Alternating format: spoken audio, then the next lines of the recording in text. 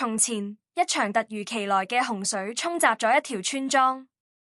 黑夜之中，兩個村民為咗逃命，各自爬上咗兩棵相鄰嘅大樹避難。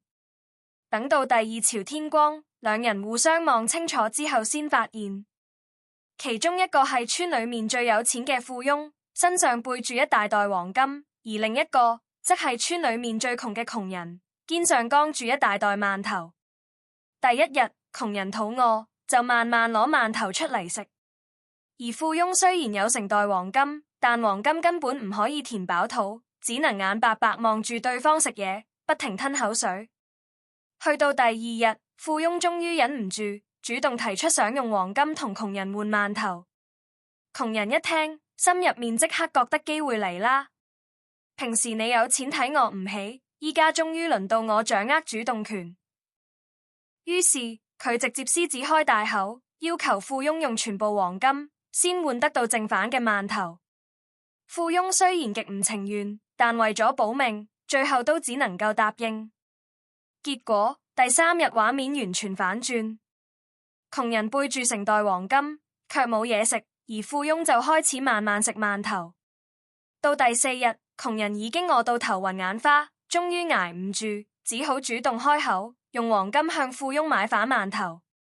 而今次輪到富翁掌握主動權，富翁直接開價，你要用一半黃金先換到兩個饅頭。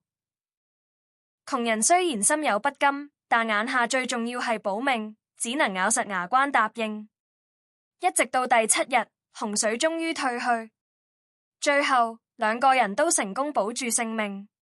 但最值得深思嘅係，富翁原本失去嘅黃金，最後幾乎全部重新回到自己手上，而窮人原本最珍貴嘅饅頭就被食得一乾二淨，到頭來乜都冇剩。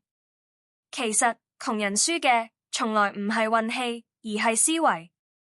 因為喺洪水之下，真正值錢嘅唔係黃金，而係能夠保命、填飽肚嘅食物。喺特定環境裏面，稀缺資源嘅價值往往遠遠超過表面昂貴嘅東西。但窮人睇到嘅只係眼前利益，佢以為自己一次過換到全部黃金就係贏，但其實佢將自己唯一能保命嘅資源一次過消耗晒。呢種做法就係典型嘅竭澤而漁。相反，富翁雖然一開始願意放棄黃金，但佢知道喺危機面前，保命永遠比財富重要。而當局勢開始逆轉時，佢又能夠冷靜分析，重新掌握主導權。所以最後，富人依然係富人。其實，窮人同富人最根本嘅差距，從來唔係資產多少，而係思維方式。窮人習慣追求短期利益，富人則更重視長遠價值同風險控制。